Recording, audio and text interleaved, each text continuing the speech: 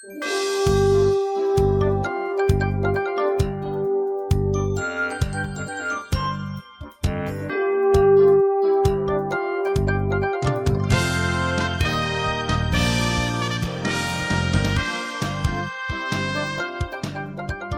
Roman Empire was relatively young when a man named Jesus was born in Bethlehem.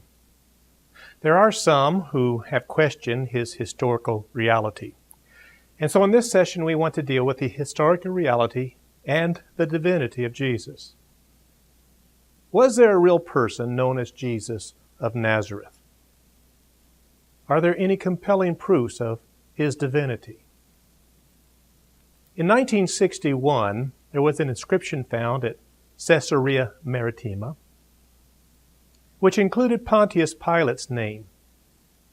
Jesus later would stand before Pontius Pilate in trial in Jerusalem. And when Pilate did not really want to deal with him, he handed him over to the Jewish leaders. And then he said a question that each of us must ask ourselves: what shall I do then with Jesus, who is called Christ? Matthew chapter 27, verse 22. The inscription at Caesarea says, Pontius Pilate, the prefect of Judea, erected a building dedicated to the emperor Tiberius.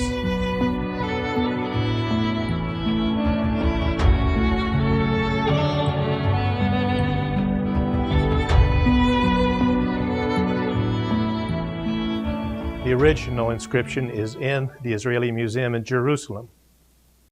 Not only do we have this inscription at Caesarea, we also have this coin from Pontius Pilate.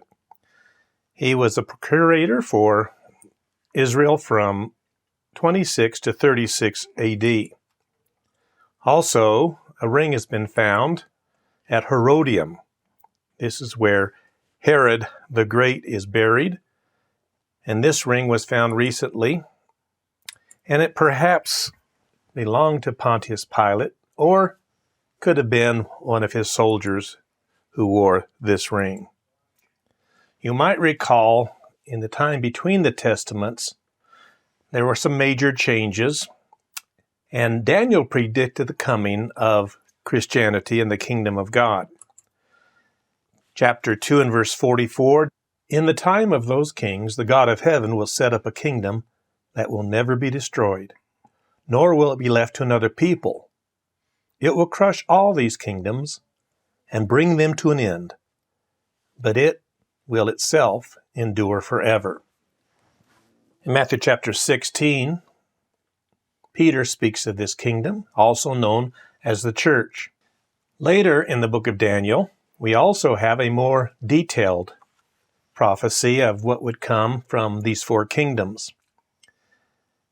The two-horned ram that you saw represents the kings of Media and Persia. The shaggy goat is the king of Greece. And the large horn between his eyes is the first king. The four horns that replace the one that was broken off represent four kingdoms that will emerge from his nation, but will not have the same power.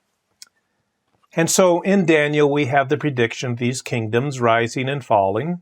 And in fact, Alexander the Great is spoken of here, and the four divisions of his kingdom when he passed at a very early age.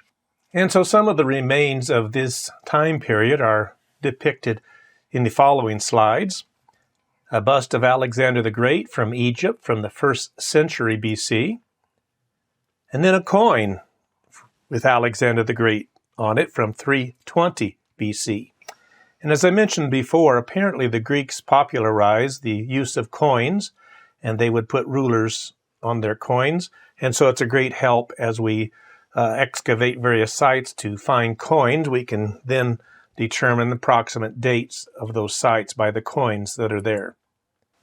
One of his generals and later descendants, Antiochus VII, here from around 138 to 129 BC. As you remember, two primary kingdoms were stronger than the others from the four generals of Alexander the Great that divided his kingdom. Ptolemy and Berenice from around 317 BC, another of the generals of Alexander the Great and the division of his empire. And then, of course, next we come to the Roman Empire and Julius Caesar. This coin was struck in the last month of his life before he was assassinated, and it dates to around March 14th to 44 BC.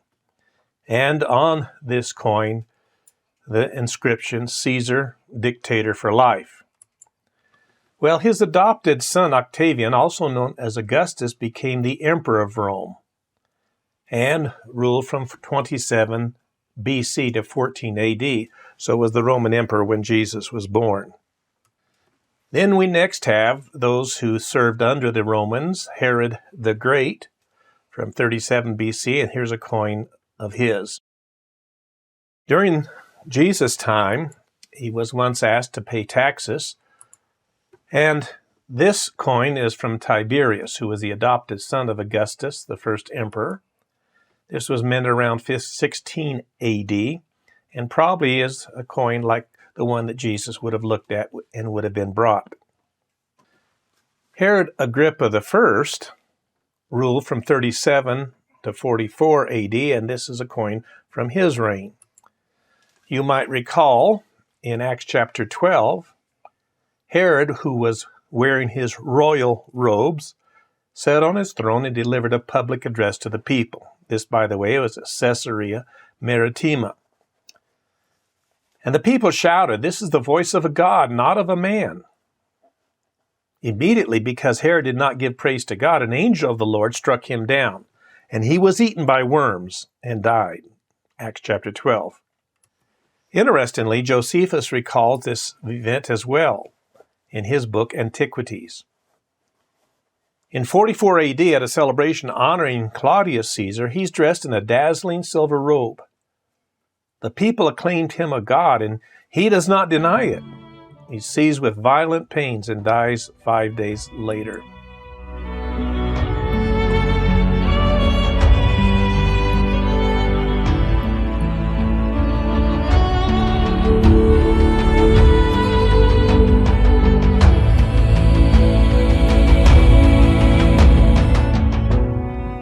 A later ruler, Herod Agrippa II, ruled from 48 to 100 AD.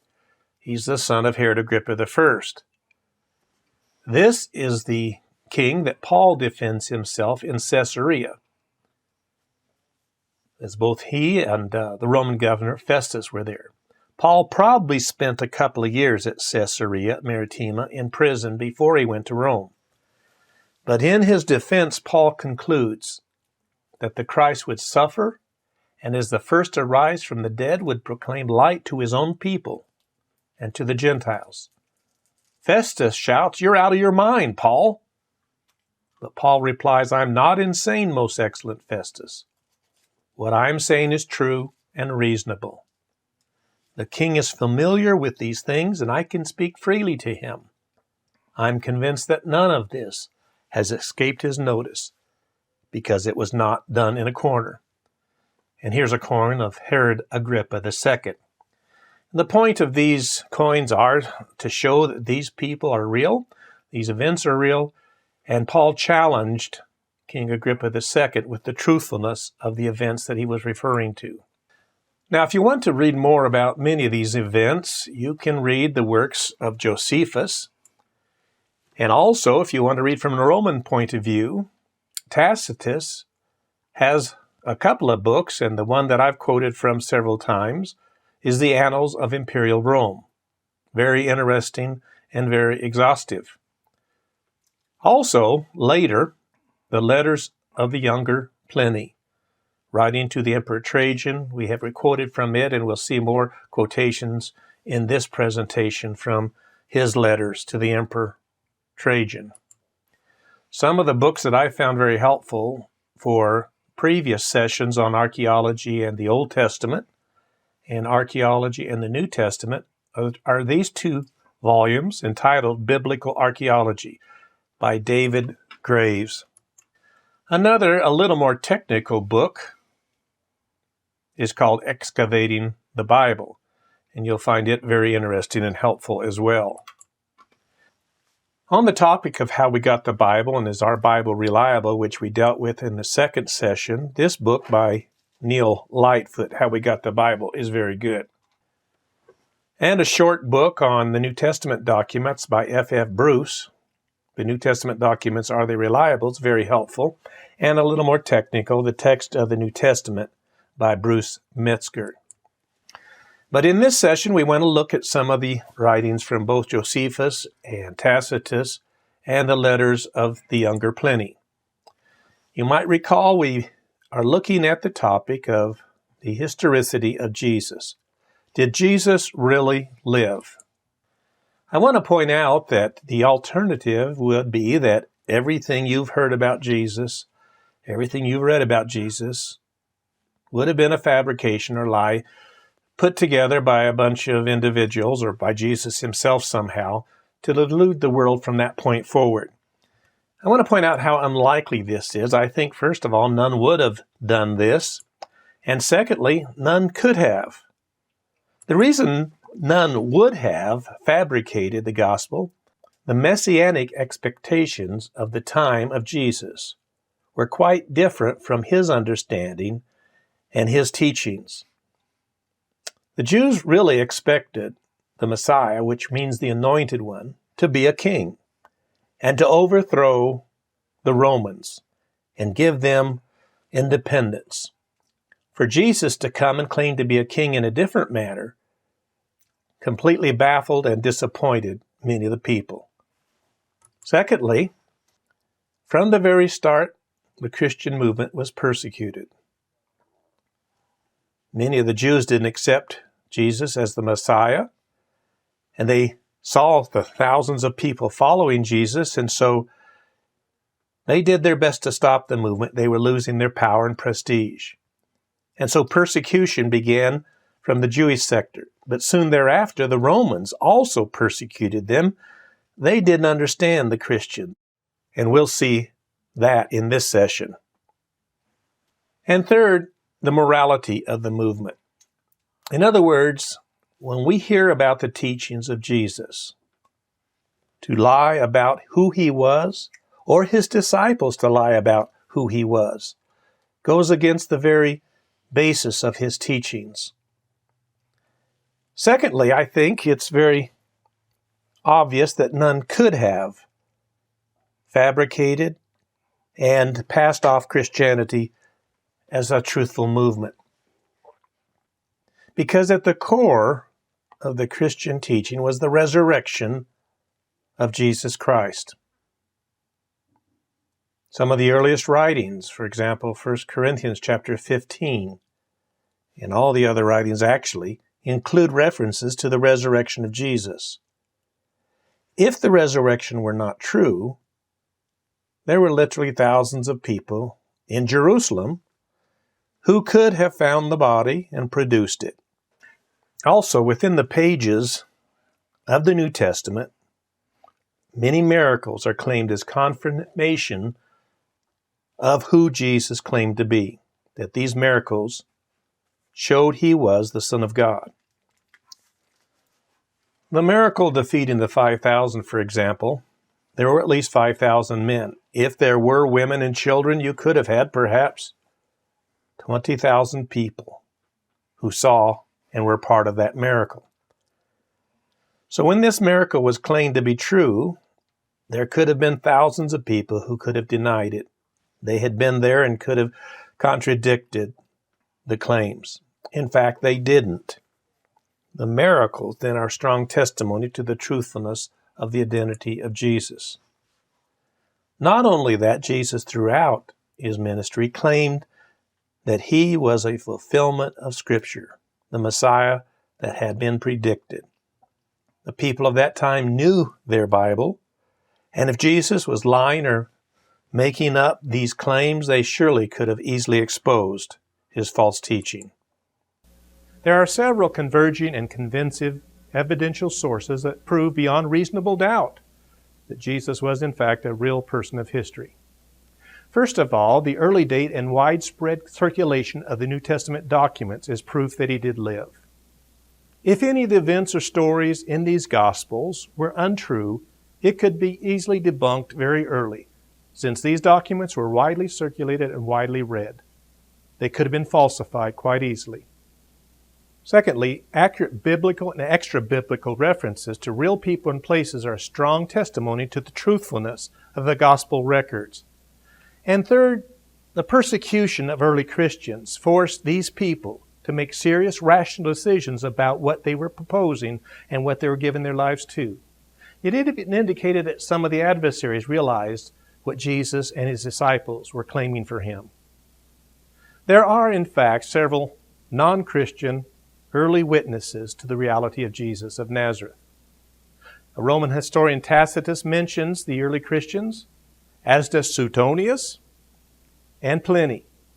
Also, there's a Jewish historian named Josephus that mentions Christianity, and a Syrian philosopher named Lucian. First, let's look at Cornelius Tacitus. Tacitus lived from 55 to 120 A.D. He wrote the Histories of Rome and the Annals around 116 A.D. During the reign of the Emperor Nero, there was a great fire in Rome. In his earlier part of his career, which began in 54 A.D. and extended until 68 A.D., Nero seemed to be fairly good as a leader, but soon became very arrogant and decided to build himself a great palace. To do that, he had to burn down or have eradicated part of the city of Rome. In 64 A.D., there was a great fire. Most people think Nero had it started. If you were to visit Rome to this day, you can see what is claimed to be a part of his palace. And also there are coins commemorating his reign. But getting back to the fire in Rome, Nero, of course, didn't want to be blamed for starting the fire. In fact, he didn't want as much burned of the city as eventually happened, because the wind came up and fanned the flames and a great deal of the city was burned. So the people were very unhappy, and especially thinking that he had started the fire that had burned down his capital city and many of their homes. So Tacitus writes about this fire. He said, to suppress this rumor that he had started the fire, Nero fabricated scapegoats and punished with every refinement the notoriously depraved Christians, as they were called. Their originator, Christ, had been executed in Tiberius' reign by the governor of Judea, Pontius Pilate. But in spite of this temporary setback, the deadly superstition had broken out afresh, not only in Judea, where the mischief had started, but even in Rome. When these Christians were rounded up, here's what Tacitus said happened. First, Nero's had self-acknowledged Christians arrested. Then, on their information, large numbers of others were condemned. Not so much for incendiarism as for their antisocial tendencies. Their deaths were made farcical. Dressed in wild animal skins, they were torn to pieces by dogs, or crucified, or made into torches to be ignited after dark as substitutes for daylight. There are several interesting and amazing things about this story about the fire in Rome. Number one, that Christians were so well known and they were so numerous in Rome in 64 A.D., only a little over 30 years after Christianity began. The emperor knew about them. They were numerous enough to be blamed for this fire. And then their willingness to go for their deaths rather than to give up their faith. Tacitus said, in addition to what we've already read, that Nero provided his gardens for the spectacle, exhibited displays in the circus at which he mingled with the crowd, or stood in a chariot dressed as a charioteer. Despite their guilt as Christians, the ruthless punishment it deserved, the victims were pitied, for it was felt that they were being sacrificed to one man's brutality rather than to the national interest. So this persecution of Christians, brutal as it was not necessarily an empire-wide persecution. And the people themselves of Rome didn't see the necessity of it going as far as it did. But we have in Rome in 64 AD enough Christians willing to die for their faith that it gives great credence to the testimony and the truthfulness of the Christian message. Suetonius is another Roman historian who writes about the same event, the fire in Rome, in 64 AD. And he said punishment by Nero was inflicted on the Christians, a class of men given to a new and mischievous superstition. The Christians obviously weren't well understood by the Romans, but they were well known, and they were persecuted by at least Nero to begin with, and later by other emperors. Suetonius also mentions probably a reference to Christ or Christus in an earlier reference in Claudius' reign. And he said that the Jews were making constant disturbances at the instigation of Christus, he expelled them from Rome. Apparently, Claudius didn't differentiate between the early Christians and the Jewish sect, so he got rid of all the Jews in Rome. This you can read about in Acts chapter 18, this very same incident. Emperor Claudius reigned from 41 to 54 AD. He's mentioned twice in Acts. Once about a famine in chapter 11, verse 28 that occurred, and then with the expulsion of the Jews that we just referred to in Suetonius in Acts 18, verse 2. But there's another inscription that's been found that's very interesting. It was found in Nazareth, and it prohibits the robbing of graves. And you might recall that one of the theories as to why Jesus' tomb was empty was that robbers had come and taken it away. This inscription found at Nazareth, the hometown of Jesus, very interesting that it mentions the prohibition against robbing of graves. May indicate that Claudius knew about the story of the empty tomb. A little later in the first century, a man named Pliny the Younger, who was governor of Bithynia and Pontus around 110 AD. This area is Asia Minor or modern-day Turkey. He wrote to the Emperor Trajan, who reigned from 98 to 117 AD. And Pliny had a problem. He didn't know what to do a group of people who were called Christians. If you go to Rome today, you can see Trajan's Tower in commemoration of his reign. In Paul's first missionary journey, he did a great deal of mission work in Asia Minor, or Turkey. From 45 to 48, he labored in this area and went back to part of it in his second missionary journey. But evidently, Christianity became quite widespread. And so when Pliny met Christians, he didn't quite know what to do with them. So he wrote to the emperor. And he said, here's what I'm doing. When I get Christians, I interrogate them whether they were Christians. If they confessed it, I repeat the question twice again, adding the threat of capital punishment. If they still persevered, I ordered them to be executed.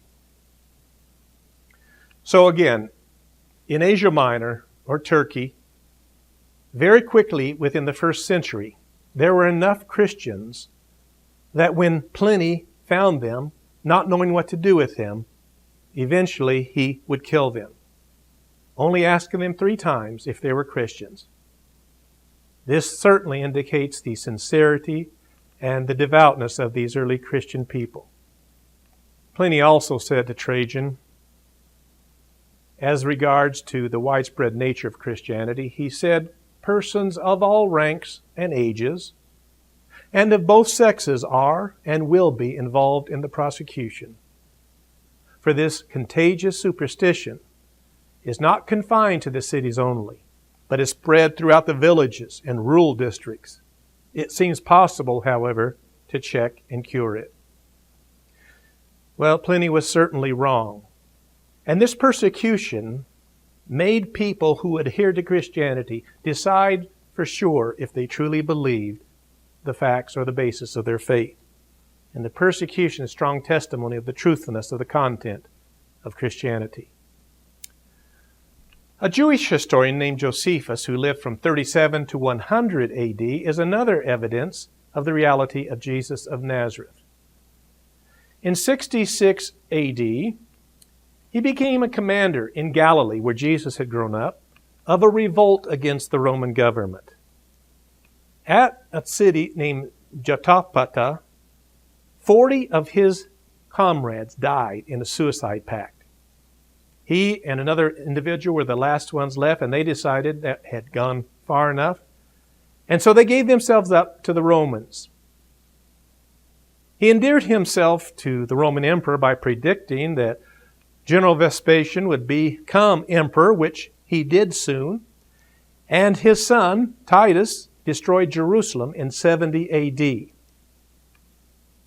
Josephus tried to get back in the good graces of his people, the Jewish people, and so he writes The Jewish War, Antiquities, and Life Against Appian. In it, in one instance, he refers to Jesus. If you go to Rome today, you can see the Arch of Titus, which commemorates the destruction of Jerusalem, which began in 66 A.D., ended in 70 A.D. And you can also see on the top of it, candlesticks were carried from Herod's temple after the temple was destroyed by the Roman armies. But in Jesus' time, what he wrote about Jesus in Josephus is this. Now there was about this time Jesus, a wise man, if it be lawful to call him a man. For he was a doer of wonderful works. He was the Christ. And when Pilate, at the suggestion of principal men among us, had condemned him at the cross, those that loved him at the first did not forsake him. For he appeared to them alive again on the third day, as the divine prophets had foretold these and 10,000 other wonderful things concerning him. And the tribe of Christians, so named for him, are not extinct at this day. Josephus was writing in 93 A.D. Now, there have been some questions about whether or not Josephus would have written some of those things, because it appears that he believed in the resurrection and so forth. However, the oldest documents do have this section, the oldest manuscripts that have this section, and it's just as we read it. And perhaps a word or two could have been changed, that perhaps people believe that Jesus had been raised from the dead. But in any case, it certainly seems to indicate that Josephus knew about Jesus, that he supposedly was raised from the dead, and that supposedly had fulfilled the prophets. His historical reality is certainly affirmed in Josephus. There's another reference in Josephus about Festus, who was a ruler later in Israel. And it says Festus was now dead, and Albinus was still on the road, so he assembled the Sanhedrin of the judges and brought before them the brother of Jesus, who was called Christ, whose name was James. To my knowledge, there's no real question about this reference to Jesus in Josephus, and the mention of James, one of the early church leaders. So Josephus does refer to Jesus and some of the things mentioned about him. Earlier in this series, when we looked at archaeology and the New Testament during the life of Jesus, I mentioned this James ossuary. These would have held the bones of James, and it is claimed that this would be the brother of Jesus.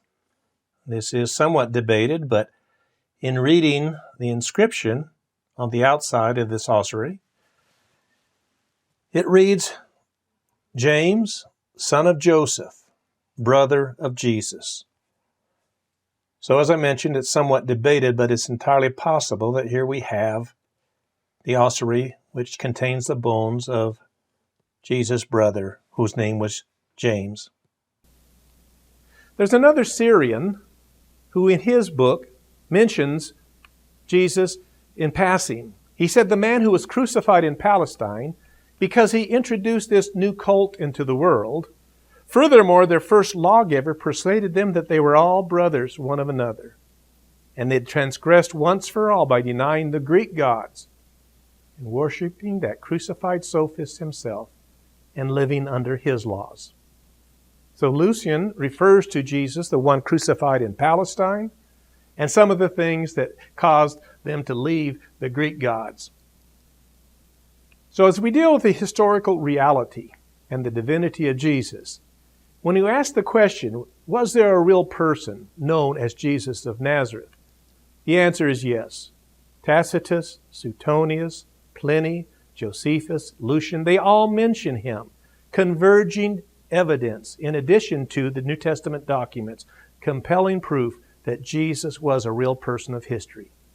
No reputable scholar today, or no educated person, would really say Jesus never lived. There's too much evidence. Yes, Jesus was a real person of history. The next question, are there compelling proofs of his divinity? And that's what we'll deal with in the next session.